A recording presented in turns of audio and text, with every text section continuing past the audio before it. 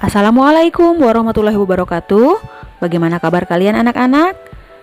Bertemu lagi dengan Ibu. Kali ini kita akan melanjutkan pembahasan bab 3, keunggulan dan keterbatasan antar ruang dan pengaruhnya terhadap kegiatan ekonomi, sosial budaya di Indonesia dan ASEAN. Adapun tujuan pembelajaran kita kali ini adalah yang pertama, menjelaskan definisi pelaku ekonomi, dan yang kedua, menjelaskan peran pelaku ekonomi dalam suatu perekonomian. Mari kita bahas mengenai definisi pelaku ekonomi.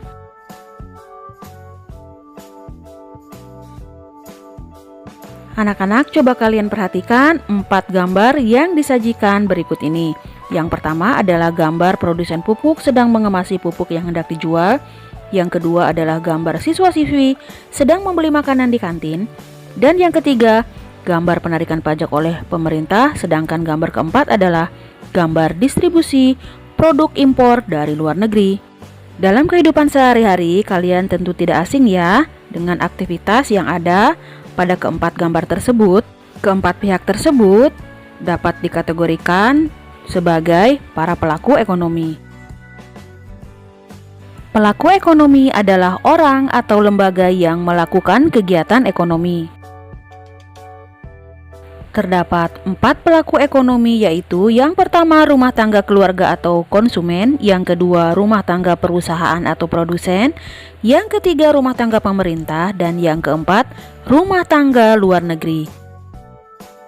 Keempat pelaku tersebut berperan penting dalam menggerakkan perekonomian negara sesuai dengan peran mereka masing-masing. Setelah kalian mengetahui definisi mengenai pelaku ekonomi, selanjutnya mari kita bahas mengenai peran pelaku ekonomi dalam suatu perekonomian. Yang pertama adalah rumah tangga keluarga atau konsumen, yang disingkat RTK, merupakan kelompok masyarakat yang melakukan kegiatan konsumsi barang dan jasa untuk memenuhi kebutuhan hidupnya. Peran rumah tangga keluarga atau konsumen yang pertama adalah sebagai pemakai barang dan jasa yang dihasilkan perusahaan untuk memenuhi kebutuhan hidup sehari-hari.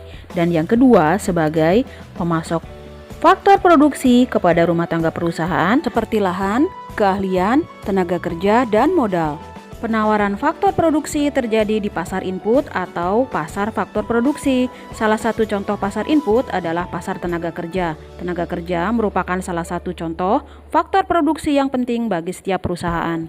Pertemuan permintaan barang dan jasa dari konsumen dengan penawaran barang dan jasa dari produsen terjadi di pasar output atau pasar produk. Contoh pasar output adalah minimarket, pasar tradisional, bengkel, lembaga bimbingan belajar. Ketika konsumen membeli barang dan jasa dari produsen, maka konsumen berkewajiban untuk membayar barang dan jasa yang diterimanya tersebut. Oleh karena itu, rumah tangga keluarga atau konsumen harus memiliki pendapatan. Berikut ini merupakan 4 jenis pendapatan yang diterima oleh rumah tangga konsumen atau keluarga. Yang pertama adalah sewa, yaitu balas jasa yang diterima rumah tangga keluarga karena telah menyewakan tanah kepada perusahaan.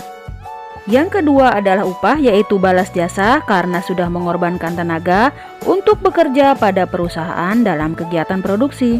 Yang ketiga adalah bunga, yaitu balas jasa yang diterima karena telah meminjamkan sejumlah dana untuk modal usaha perusahaan. Yang keempat adalah laba atau profit, yaitu balas jasa yang diterima rumah tangga keluarga karena telah memberikan kontribusi berupa tenaga dan pikiran dalam mengelola perusahaan. Pada penjelasan di awal tadi disebutkan bahwa rumah tangga keluarga atau konsumen memiliki peran sebagai penyedia faktor produksi bagi rumah tangga produsen. Selanjutnya, apakah yang dimaksud dengan faktor produksi? Lalu, ada berapa ya faktor produksi yang digunakan? Yang pertama adalah faktor produksi alam, merupakan segala sesuatu yang disediakan oleh alam untuk digunakan sebagai faktor pendukung produksi barang dan jasa. Pemilik lahan berperan sebagai pemasok faktor produksi alam kepada perusahaan. Yang kedua adalah faktor produksi modal yang tidak selalu berwujud uang, Faktor produksi modal terdiri atas barang modal dan uang. Barang modal dapat berupa mesin, gedung, serta alat yang digunakan untuk kepentingan produksi. Rumah tangga konsumen yang meminjamkan faktor produksi modal dalam bentuk uang akan memperoleh balas jasa berupa bunga. Yang ketiga adalah faktor produksi tenaga kerja, merupakan faktor produksi yang berupa tenaga kerja manusia. Rumah tangga konsumen yang memiliki faktor produksi tenaga kerja akan memperoleh balas jasa berupa upah atau gaji. Dan yang terakhir adalah faktor produksi kewirausahaan. Kewirausahaan merupakan suatu kemampuan mengatur, mengorganisasi, serta mengambil resiko dalam menjalankan suatu usaha. Keistimewaan dari kewirausahaan terletak pada kreativitas dan inovasi. Pelaku kewirausahaan disebut sebagai wirausahawan. Balas jasa yang diberikan berupa keuntungan atau laba. Pelaku ekonomi yang kedua adalah rumah tangga produsen atau perusahaan yang disingkat RTP. Merupakan pelaku ekonomi yang berperan sebagai penyedia barang dan jasa bagi konsumen.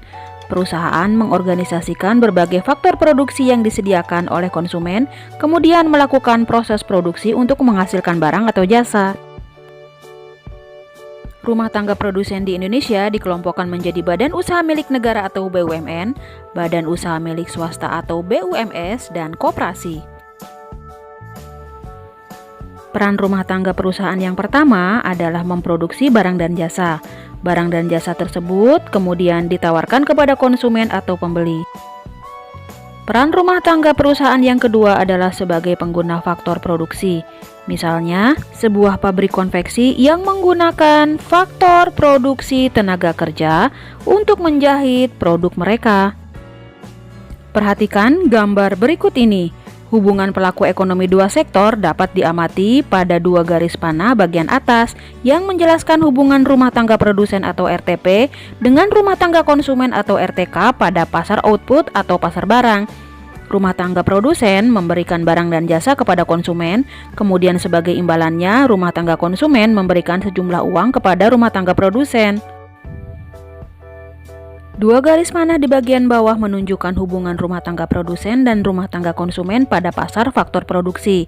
Rumah tangga konsumen berperan sebagai penyedia faktor produksi, sedangkan rumah tangga produsen berperan sebagai pengguna faktor produksi. Rumah tangga produsen memberikan imbalan atas faktor produksi yang diberikan rumah tangga konsumen berupa sewa, gaji, bunga, dan keuntungan. Yang ketiga adalah rumah tangga pemerintah.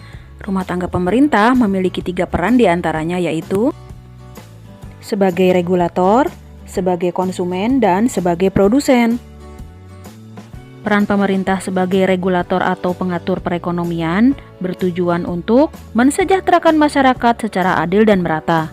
Hal tersebut dapat dilakukan dengan 2 cara, yaitu dengan menentukan besarnya pajak serta dengan memberikan subsidi kepada perusahaan.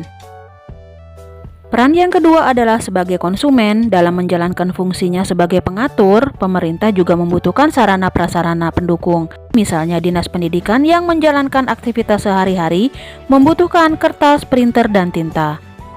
Oleh karena itu, pemerintah melakukan pembelian kepada perusahaan atau produsen. Peran yang ketiga adalah sebagai produsen. Pemerintah juga memproduksi barang atau jasa. Misalnya PT PLN atau Perusahaan Listrik Negara yang memproduksi aliran listrik, serta PT Kereta Api Indonesia atau KAI yang menyelenggarakan layanan transportasi darat berupa kereta api. Pelaku ekonomi yang keempat adalah rumah tangga luar negeri. Melalui kegiatan transaksi perdagangan tersebut, terbentuklah kerjasama antara Indonesia dengan masyarakat Jepang atau yang dikenal dengan masyarakat luar negeri. Peran masyarakat luar negeri dalam perekonomian terlihat nyata dalam perdagangan internasional. Misalnya, Indonesia mengekspor produk tekstil ke negara Jepang dan Jepang mengekspor kendaraan bermotor ke Indonesia. Terdapat 2 kegiatan utama yang terjadi dalam perdagangan internasional, yaitu yang pertama ekspor dan yang kedua impor.